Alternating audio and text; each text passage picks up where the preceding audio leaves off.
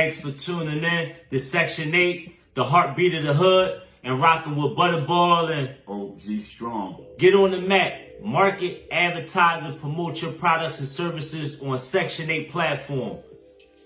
We got a treat for y'all. Talk to them. And for the right reason, for the right season. For what I write, you niggas better believe it and breathe with Jay. It ain't hoes, so change your clothes, change your flows, change that shit y'all be putting in the stove. Ice it down. My youngin' left the city, he's still locking it down. Section 8 scatter site housing authority. Did you say Section 8? Baby moms never started. Did you say Section 8? Yes, I did. Section 8. Section 8. That's what it is.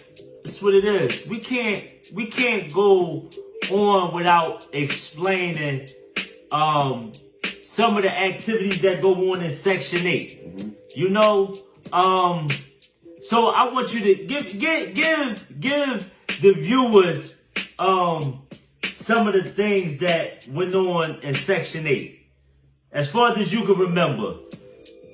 Okay. Coming up, we used to be washing our clothes in the tub, we sprinkle the soap powder on it, hot water, not knowing what we doing, throwing all the dark clothes in there, hitting with the plunger. Wow. And like me and my sister used to wring our jeans out together. We twist one end, she twist one end, we string it all out. Yeah. Like shit, Jay, shut them down. You shake them out, hang all the clothes all over the house, and then open up the oven. Wow. Warm the crib up. Wow. And sometimes we used to hang our clothes over the oven and the stove. If y'all know about that. Wow. You know, accidents can happen, but we did do that. Yeah, absolutely. With the fire burning. Absolutely. Had to dry your jeans real quick. You know what I mean? Yeah. Remember them days, y'all? But because you was going to school, you was preparing for school. You know what I'm saying? In socks the morning. Socks not being dry in the morning. Yeah. Socks, and my socks still wet. Oh shit. You got drama. Yeah. Y'all know what I'm talking about. Yeah, y'all you know what I'm talking about. Listen, if you know what he's talking about, push them likes, send them hearts up, and show love. You understand what I'm saying? Because I know if you from the hood, if you really lived in the hood, in the Section 8 development, project, ghettos, then hit them buttons. Because you can relate to this. Definitely. One of my experiences, and you probably can, attest to this. If I was out doing 9, 10 o'clock, my mom would yell my name out loud through the whole project. Shakir! Shakir! And it was like the homies, man, what you doing? The homies is out in front of it was like such an embarrassment to me at the time. But, as time went on, it was something that, sparked nostalgia, man, when we thought about it. It's because, it shows, a level of care. It shows a level of concern. It was like alarm. Like I would be somewhere and I would not hear it, but I would. You would Everybody else would. Listen. Your mom calling you. Yeah, people would come and tell me. I'll be in Pearl Dollar Gym getting it in. You know what I'm saying? Yeah. And my homies would come up, or one of the young Jones would come up and say, you better get in the house. Your mom calling you, it's past your curfew. So, what I'm saying is like, that was something in my life that I love now. You know what I'm saying? The fact that she did that is because it just expressed a form of concern, a mother's love, a mother's nurturing. Like, I love you, Mom. Thank you. What are some other things that went on in the Section 8 project that you good? Well, let me give you a different segment on Section 8. Okay. It's like it's rules to Section 8. Yeah. It's rules when you move in these houses. Absolutely. And a lot of people don't go by them. Absolutely. And what will happen if you don't go by these rules? You might get evicted. Wow. Absolutely. And some of the rules are You got any ideas some of the rules are? Any ideas? Any? Some of the rules as far as you have leases that you as a resident have to adhere to, right? And you can't have drugs or sell drugs. Absolutely not. You can't do none of that. No, you know what I'm saying? Drugs. And you can't let nobody live in there that's not on the lease. You can't let nobody live. Exactly. You can't let nobody. They might not even find out, but it goes on. Yeah, absolutely. It goes on. Like a baby father. Like a baby father. A friend, a family member. A family member. A dad. Dad. To come over, like they need somewhere to live. If you live in Section 8, they're not going to live in there. But they're allowed to come there for a matter of time. They'll let you come there for about 24 hours to 72 hours. Absolutely. And if not, you leave, they put you out. But most of the time, the investigation don't be on point like that. Yeah. But some of the rules that goes on with Section 8. You know what I mean? That's what Housing Authority, regular hub, regular project houses, where people live at. Absolutely. Housing Authority, period. It's the rules on that. You know what I mean? And they got the Housing Authority Police, which is a separate. They've been around forever. Yeah, which is a separate district from the regular the city police. So they exclusively what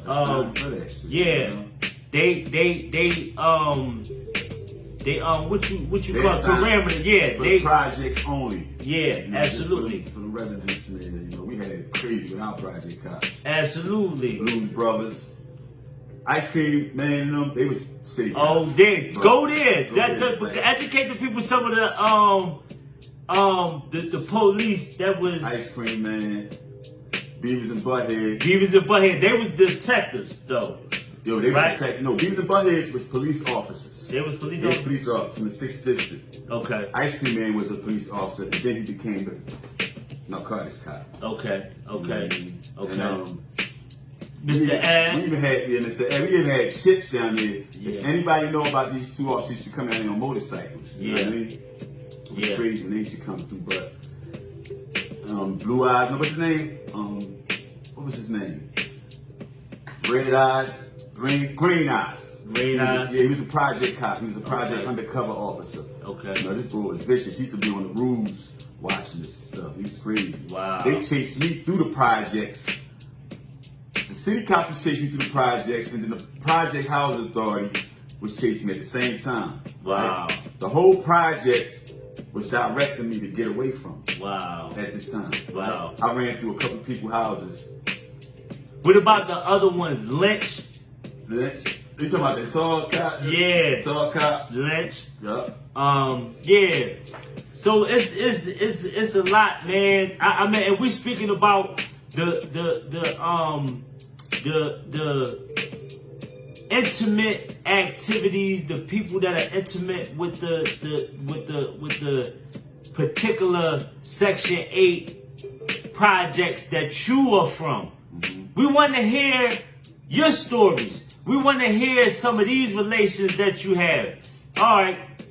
What about hanging some of the clothes up outside on the clothes on the lines? That's what we got. We got the clothesline. We had the clotheslines, clothespins. Everybody clothes be flying. They still do that now. The new look, they got them in the back. Yo, I ain't even gonna lie. Hey, listen, I got a confession. I got a confession. What's that? I used to go shopping in the clothespin and behind people's houses. I ain't gonna lie, I stole some jeans. I got a lot of jeans. Yeah. I got a lot of jeans from behind people's houses that hung their clothes up on the clothesline. And don't front. Y'all bet not front, cause a lot of y'all was with me.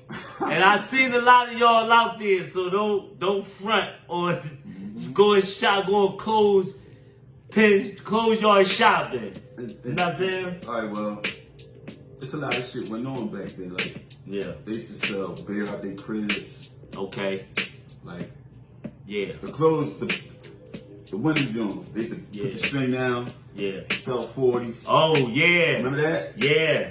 and they was on a 4-story apartment, and got the rope down. They was selling White Irish rolls, 40-ounce Old English, 40-ounce St. Ives, but you would have to put your money in a bucket, and they will pour the bucket up, and then put your beer in it, and then and send it back down. Picture that happening now. Like, come on. You understand what I'm saying? That was going on heavy in our hood, man. Absolutely. What you look at that like? Is it ratchet or is it ghetto? I look at it as a modern day. At that time, I looked at it as an invention. You know what I'm saying? I looked at it like a form of technology. Okay. You understand what I'm saying? Because you got to think that, you know, what they had to be thinking was like, okay, it's dangerous. Because where we was from, it was dangerous at that time, right? And they were serving kids. Right. Real talk. A kid could come up and cop a 40 from somebody's crib. Because you gotta understand. See, these are the days. That was the ghetto days. This was the ghetto, but these are the days of the you know, the camaraderie. Like, the reason why they were serving kids is because they knew who it was. They knew who they was coming to get the product for. Mm-hmm. You understand what I'm saying? From my mom. Go ahead, you better take them on that. Then it came to a point that the young teenagers was buying their own beer. Yeah, but they would use like, you know some places you can go. Like when I was young, I used to go some places and they ain't serving. Yeah. I had that status that Listen, Miss Beatty, shout out to the Beaties. To the Beaties. That had the penny candy store. Frankie too. Frankie too. We could go back. We could go back, man. Shout out to the black owned store, George Taylor. Big up to George Taylor. Go back to George Taylor. Listen, we want to hear y'all stories. We want to hear y'all Section 8 stories, man. Yep. These are the days, man, where you know you could come up, man, without your life, being in danger. Like you could make some hustles. These were the days of the hustle. Right. You understand what I'm saying? What's up? Was the days like today? You don't see no young boys. Yeah. Hustling like we used to. No. At all. It's the mentality has changed. Mm-hmm. Like, it's no more being creative with the hustle. You understand what I'm saying? Like finding, different ways to present your product or the paraphernalia. You understand what I'm saying? Like finding different ways to bag or capsule your product.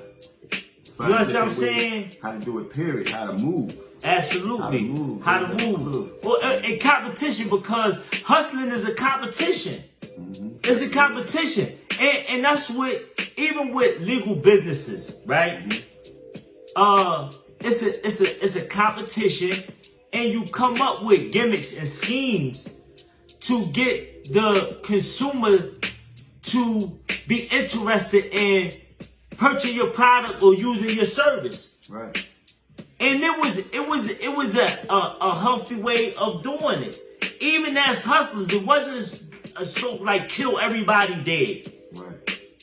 You understand what I'm saying? Is because back then they understood that violence and death brought unwanted attention. It's because you can't get money when violence is involved. When death is involved, you can't get money. That's going to stop the money. People was in it to get money. Today, they don't understand this concept. Not at all. You understand what I'm saying? It's just about, I'm hearing they want to get points for murders. Like, really? So this is nothing thorough about jail. It's nothing thorough about going to jail. And mind you, when you harm somebody's family member, right, it don't stop at the streets. See, you got to check them guns in at the front door when you go into prison. Now you really got to be about that lifestyle. Right.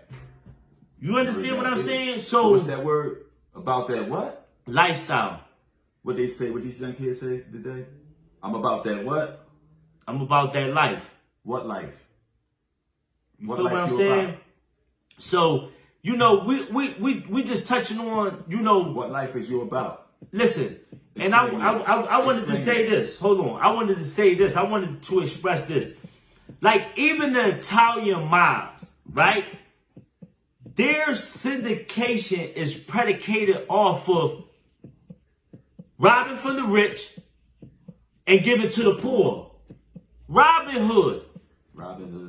It was never this, and we model a lot of our activities based off of what the syndicate of the mob does. This is why you hear a lot of people name their, even rappers, a lot of these rappers name themselves after Italian gangsters.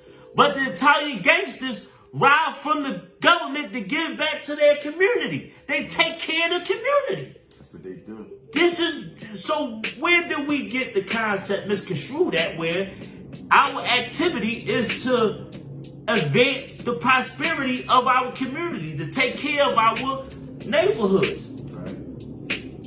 You know, but once again, we just want to enlighten y'all, you know, in the mood of talking about, you know, the things that go on in Section 8. You know, how about, listen, we used to ball on milk crates, bang the milk crate out. How many of y'all, if y'all know what I'm talking about, if y'all from the hood, right?